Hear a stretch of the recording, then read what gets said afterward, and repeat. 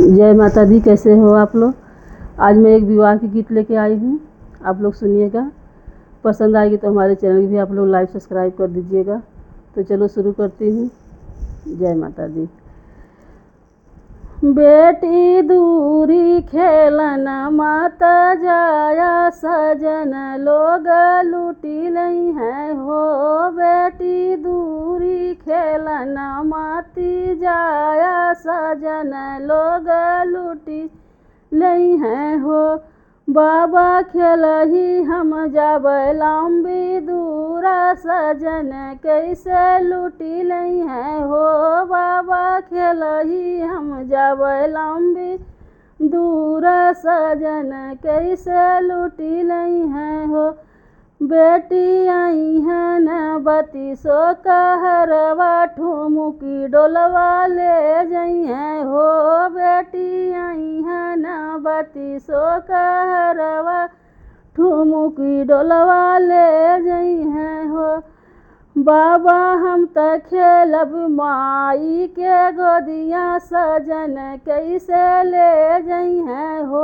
बाबा हम त खेलब माई के गोदिया सजन कैसे ले जई है हो। बेटी दूरी खेलन मत जाया सजन लोग लूटी लई है हो।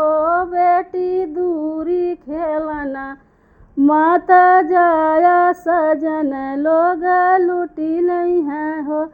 चच्चा खेलही हम जाब दूरी सजन कैसे लूटी लई है हो। चच्चा खेलही हम जाब दूरी सजन कैसे लूटी लई है हो। बेटी आई है नी बती सो कहरवा ठुमुकी डोलवा ले जई है हो। बेटी आई है न बती सो कहरवा ठुमुकी डोलवा ले जई है हो। बहिनी दूरी खेलन माती जाया सजन लोग लूटी लई है हो। बहिनी दूरी खेलन माती जाया सजन लोग लूटी लई है हो। भैया खेलही हम जाब दूरी सजन कैसे लूटी लई है हो। भैया खेलही हम जाब दूरी सजन कैसे लूटी लई है हो। बहिनी आई है न बती सो कहरवा ठुमुकी डोलवा ले जई है हो। बहिनी आई है न बती सो कहरवा ठुमुकी डोलवा ले जई है हो।